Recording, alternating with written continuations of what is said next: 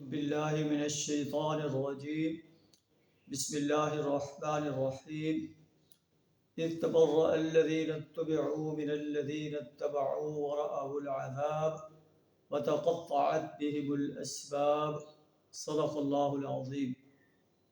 سورہ بقرہ کی آیت نمبر 166 آپ کے سامنے تلاوت کی ہے، جس کا ترجمہ کچھ اس طرح ہے کہ اس وقت کا تصور کرو جب پیشوا ان لوگوں سے برات کا اظہار کر دیں گے جو ان کی پیروی کرتے رہے۔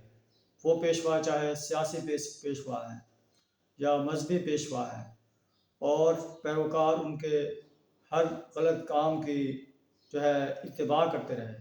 جب قیامت کا دن ہوگا اور پیشوا دیکھیں گے کہ اب تو ہمیں جہنم کی آگ میں ڈالا جائے گا، ہم اپنے پیروکار کو غلط راستے پہ چلاتے رہے، تو وہ ان سے برات کا اظہار کر دیں گے کہ ہم تم سے بیزار ہیں، ہم تمہارے کوئی کام نہیں آ سکتے۔ وَتَقَطَّعَتْ بِهِمُ الْأَسْبَابُ، اور تمام اسباب کٹ جائیں گے، کوئی کسی کے کام نہیں آئے گا، جہاں تک کہ یوم یفر المرء من اخیہ، انسان اپنے بھائی سے فرار اختیار کرے گا، ماں باپ سے فرار اختیار کرے گا، بیوی سے فرار اختیار کرے گا، بیٹوں سے۔ لِكُلِّ امْرِئٍ مِّنْهُمْ يَوْمَئِذٍ شَأْنٌ يُغْنِيهِ، ہر ایک کو اپنی پڑی ہوئی ہوگی جو اسے دوسرے سے بے پرواہ کر دی۔ اس وقت پیروکار کہیں گے کاش لو اننا کرۃ فنتبرأ منہم، کاش ہمیں دوبارہ دنیا میں لوٹا دیا جائے، ہم بھی اپنے پیشواؤں سے ایسے بیزار ہو جائیں، ایسے برات کا اظہار کر دیں، کما تبرؤوا منا، جیسے انہوں نے ہمارے ساتھ اظہار بیزاری کیا ہے۔ لیکن ایسا نہیں ہوگا۔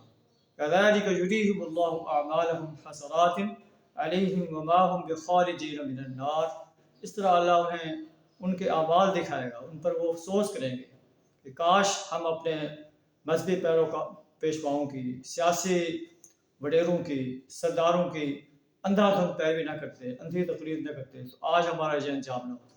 لیکن اس وقت افسوس کرنے کے سوا ان کے لیے کوئی چارہ نہیں ہوگا۔ اللہ سے دعا ہمیں ایسے پیشوا، ایسے لیڈر جو ہمیں غلط راستے پر ڈال رہے ہیں، ان کا اتباع کرنے سے اپنی پناہ عطا فرمائے، اور سچے پیشوا، پاک کردار جو اللہ کے دین کو غالب کرنے والے ہوں، ان کی اتباع کرنے کی توفیق عطا فرمائے۔